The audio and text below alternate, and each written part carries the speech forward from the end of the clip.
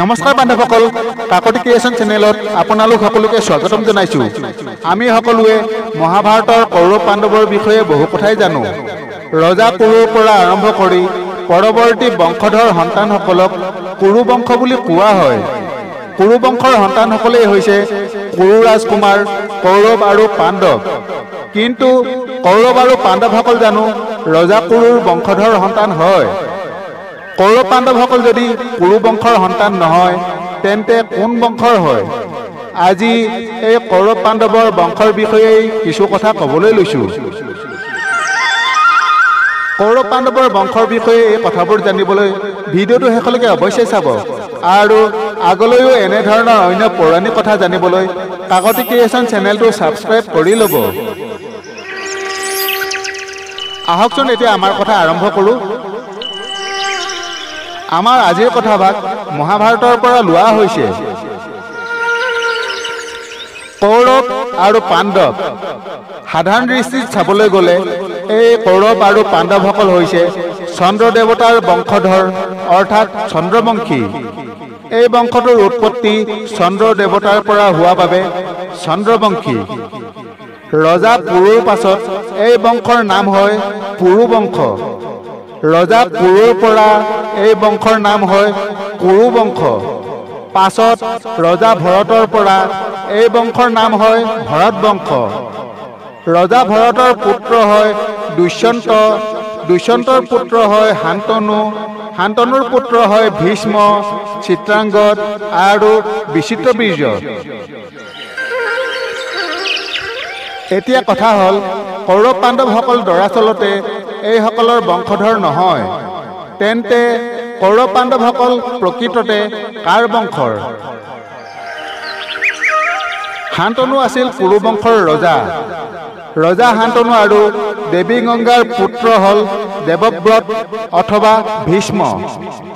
পুত্ৰ দেৱব্ৰতক যুৱৰাজ ঘোষণা কৰাৰ পাছত ৰজা শান্তনু মৎস্যগন্ধা অৰ্থাৎ সত্যৱতীৰ প্ৰেমত পৰিল। পিতৃৰ সুখৰ কথা চিন্তা কৰি দেৱব্ৰতে সত্যৱতীৰ লগত পিতৃ শান্তনুৰ বিবাহ হোৱাৰ স্বাৰ্থত নিজে কোনোদিনে বিবাহ নকৰা তথা ৰজা নোহোৱাৰ ভীষণ প্ৰতিজ্ঞা কৰিলে।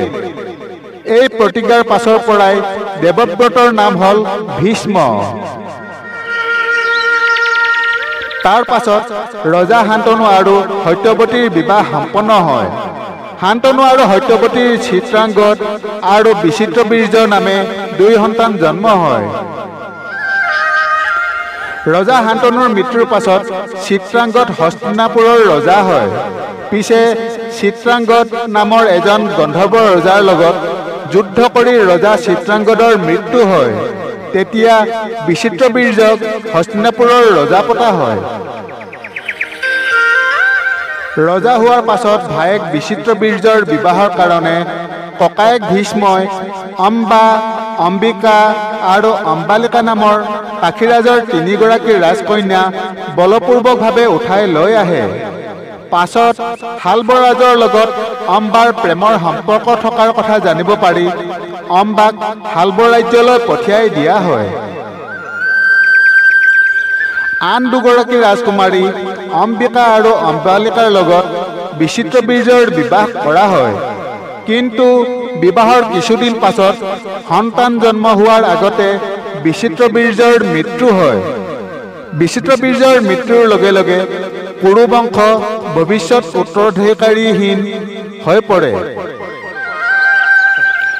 এতিয়া কুৰু বংশ তথা হস্তিনাপুৰ ৰাজ্যৰ ৰজা হ'ব কোন? কুৰু বংশ কেনেকৈ আগবাঢ়িব?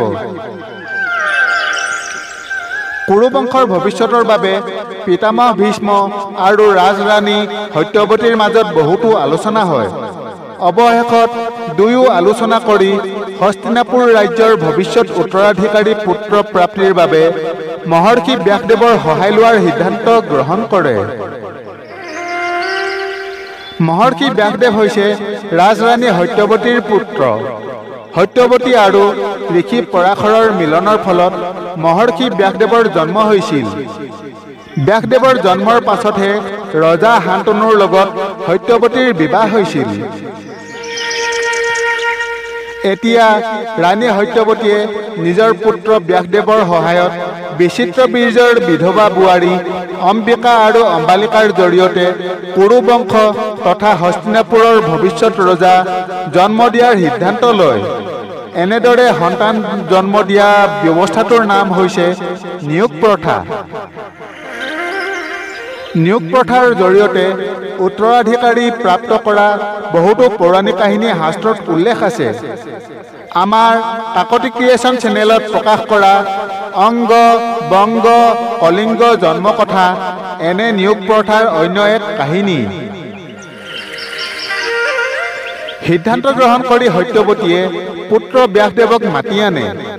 ব্যাসদেৱ আহি উপস্থিত হোৱাত সত্যৱতীয়ে ব্যাসৰ আগত হস্তিনাপুৰ ৰাজ্যৰ ভৱিষ্যত সংকটৰ বিষয়ে সকলো কথা ভাঙি পাতি কয় তথা পুত্ৰ বিচিত্ৰ বীৰ্যৰ বিধৱা বোৱাৰী অম্বিকা আৰু অম্বালিকাক মাতৃত্ব প্ৰদান কৰাৰ দায়িত্ব অৰ্পণ কৰে।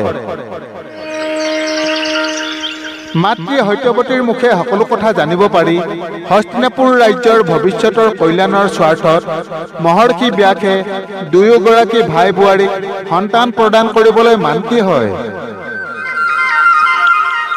পৰিকল্পনা অনুসৰি ৰাণী সত্যৱতীয়ে প্ৰথমে অম্বিকাক ব্যাসৰ ওচৰলৈ পঠায়। অম্বিকা গৈ ব্যাসৰ ওচৰত উপস্থিত হ'ল, কিন্তু ব্যাসৰ ভয়ানক ৰূপ দেখা পায় মিলনৰ সময়ত অম্বিকাই ভয়তে নিজৰ চকু দুটি বন্ধ কৰি ৰাখিছিল। সেয়েহে এই মিলনৰ ফলত পৰৱৰ্তী সময়ত অম্বিকাৰ গৰ্ভৰ পৰা উপজা সন্তান ধৃতৰাষ্ট্ৰ অন্ধ হৈ জন্মগ্ৰহণ কৰিছিল। তাৰ পাছত ৰাণী সত্যৱতীয়ে অম্বালিকাক ব্যাসৰ ওচৰলৈ পঠাইছিল।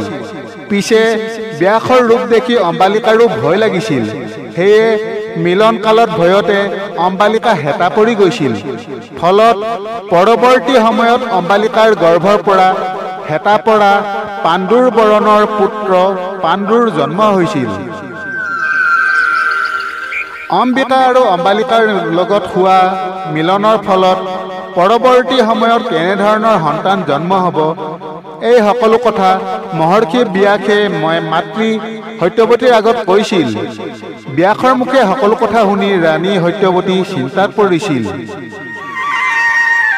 সেয়েহে সত্যৱতীয়ে এটা সুন্দৰ সন্তান প্ৰাপ্ত কৰিবৰ বাবে নিৰ্ভয় মনে বোৱাৰী অম্বিকা আৰু অম্বালিকাক পুনৰ ব্যাসৰ লগত সমাগম কৰিবলৈ কৈছিল। কিন্তু অম্বিকা আৰু অম্বালিকাই ভয়তে পুনৰবাৰ ব্যাসৰ লগত সমাগম কৰিবলৈ সাহস কৰিব নোৱাৰিলে। সেয়ে দুয়ো আলোচনা কৰি ৰাণী সত্যৱতীয়ে গম নোপোৱাকৈ সিহঁতৰ প্ৰিয় দাসী এগৰাকীক ব্যাসৰ লগত সমাগম কৰিবলৈ পঠাই দিলে। দাসীগৰাকীয়ে নিৰ্ভয় মনে ভক্তিভাৱেৰে মহৰ্ষি ব্যাসৰ লগত মিলনত ৰত হ'ল। সেয়েহে পৰৱৰ্তী কালত এই দাসীগৰাকীৰ পৰাই এক স্বাস্থ্যৱান বিদ্বান সন্তান বিদুৰৰ জন্ম হয়। এনেদৰে কুৰু বংশৰ দুই বোৱাৰী কাশীৰাজৰ কন্যা অম্বিকা আৰু অম্বালিকাৰ গৰ্ভৰ পৰা মহৰ্ষি বেদব্যাসৰ ঔৰসত কুৰু ৰাজ্যৰ ৰাজভৱনত ধৃতৰাষ্ট্ৰ আৰু পাণ্ডুৰ জন্ম হয়। এতিয়া এই ধৃতৰাষ্ট্ৰ আৰু পাণ্ডুৰ মাতৃ হ'ল কাশীৰাজৰ দুই কন্যা অম্বিকা আৰু অম্বালিকা, আৰু ধৃতৰাষ্ট্ৰ আৰু পাণ্ডুৰ পিতৃ হ'ল ঋষি পৰাশৰ আৰু মৎস্যগন্ধা অৰ্থাৎ সত্যৱতীৰ পুত্ৰ মহৰ্ষি বেদব্যাস। গতিকে ধৃতৰাষ্ট্ৰ আৰু পাণ্ডু হ'লগৈ ঋষি পৰাশৰৰ নাতি, অৰ্থাৎ ধৃতৰাষ্ট্ৰ আৰু পাণ্ডু পৰাশৰ ঋষিৰহে বংশধৰ, কুৰু বংশৰ নহয়। কিয়নো ধৃতৰাষ্ট্ৰ আৰু পাণ্ডুৱে মাতৃৰ পৰাই হওক অথবা পিতৃৰ পৰাই হওক কুৰু বংশৰ পৰা এটোপালো ৰক্তকণিকা নাপালে। ধৃতৰাষ্ট্ৰ আৰু পাণ্ডু আচলতে ৰাজপুত্ৰ নহয়, ঋষিৰহে পুত্ৰ। এই ধৃতৰাষ্ট্ৰৰ পৰাই পৰৱৰ্তী কালত দুৰ্যোধন, দুঃশাসন আদি 100 পুত্ৰ অৰ্থাৎ কৌৰৱৰ জন্ম হৈছিল। আৰু পাণ্ডুৰ পত্নী কুন্তি আৰু মাদ্ৰীৰ গৰ্ভৰ পৰা ধৰ্মৰাজ অৰ্থাৎ যমৰাজৰ ঔৰসত যুধিষ্ঠিৰ, পৱন দেৱতাৰ পৰা ভীম, দেৱৰাজ ইন্দ্ৰৰ ঔৰসত অৰ্জুন আৰু 2 অশ্বিনী কুমাৰৰ ঔৰসত নকুল আৰু সহদেৱৰ জন্ম হৈছিল। গতিকে কৌৰৱ আৰু পাণ্ডৱসকল হৈছে ঋষি পৰাশৰৰ আজু নাতি বংশধৰ। কুৰু বংশৰ বংশধৰ নহয়, কিয়নো কৌৰৱ পাণ্ডৱসকলৰ দেহত ৰজা কুৰুৰ তেজ নাছিল। বান্ধৱসকল, এয়াই হৈছে কৌৰৱ আৰু পাণ্ডৱসকলৰ বংশৰ চমু কথা। আজিৰ কথা কেনে লাগিল অনুগ্ৰহ কৰি কমেণ্টত জনাব। আৰু আগলৈও এনেধৰণৰ অন্য পৌৰাণিক কথা জানিবলৈ কাকতি ক্ৰিয়েশ্যন চেনেলটো ছাবস্ক্ৰাইব কৰি ল'ব। ভিডিঅ'টো শেষলৈকে চোৱাৰ বাবে আপোনালৈ থাকিল অনেক আন্তৰিক ধন্যবাদ। আগলৈ অন্য এক নতুন কথাৰ সৈতে পুনৰ লগ পোৱা আশাৰে তথা আপোনালোক সকলোৰে কুশল কামনাৰে আজিলৈ ইয়াতে সামৰিছোঁ। জয় শ্ৰীকৃষ্ণ।